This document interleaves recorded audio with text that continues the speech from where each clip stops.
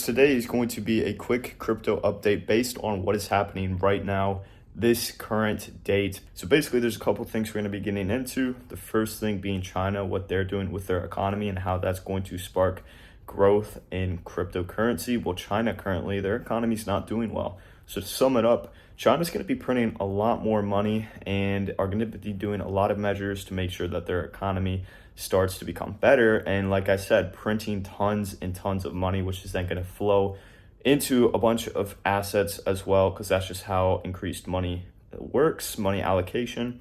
A lot of money is going to get allocated to investments, more specifically cryptocurrency. And so that's going to be very bullish. That is happening, current news right now. That's one thing to keep an eye on. Another reason to be bullish for this alt season. Your second thing here is we have Vice President Kamala Harris even talking about digital assets. Now, she didn't specifically mention crypto. We do have that though. Of course, the candidate Donald Trump also appears to be someone who's a lot more involved in the crypto space. So just looking, besides political beliefs, just looking at what they can do for crypto, Trump seems to be leading in that area as of right now. So we have that as well. And speaking, kind of going to point number 3, we have Congress, and Congress is even pushing for better crypto regulations. And if you actually look, Gary Gensler got criticized for his talk on crypto, or kind of his stance on crypto, by Senate members. And there isn't even something that was written up by some Congress members. I think it was around 40 Congress members wrote something to Gary Gensler about cryptocurrency, and you can check that out. Just look it up and you'll see what I'm talking about. That's another thing. We have mass adoption. The US is trying to be a global superpower in Bitcoin. You can tell that because the global leaders are starting to talk about it.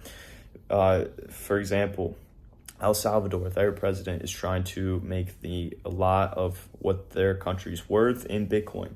So a lot of countries are starting to mass adopt cryptocurrency. You have political leaders trying to talk about cryptocurrency. That's signs of mass adoption. They're planning for the future, guys. And speaking of planning into the future, number 4 reason to be bullish for the cycle. Look what the big institutions are doing, such as BlackRock, Vanguard. Their release of the Bitcoin ETFs, the Ethereum ETFs, should make you very bullish on the future of cryptocurrency. Why? Because they are mass adopting cryptocurrency. They're making it accessible to the everyday or the average person. And so you have to think, with Bitcoin being the number 1 asset, I almost like to compare a Bitcoin ETF to the S&P 500. And obviously the S&P 500 over years has gained really exponential returns if you were to obviously invest in its creation. And that's essentially the same thing here with Bitcoin. So I think Bitcoin is going to go ballistic. We have so many bullish factors playing into it. But yeah, major institutions starting to mass adopt cryptocurrency, not only loading up their own bags, but releasing things like ETFs. That's something that's huge, guys. You don't understand how huge that is. Number 5 reason to be bullish. Look at our own macroeconomics here in the United States. We just cut interest rates and we plan to do more cuts in the future. And not only that, if you look specifically at our money printing, we're going to go into a next phase for money printing, especially here in Q4. There's going to be so much more money printed. And overall, more liquid capital is going to be deployed into these markets, into the crypto markets, into every market. And overall, number 6 reason to be bullish, Bitcoin is following its pattern that it's supposed to be.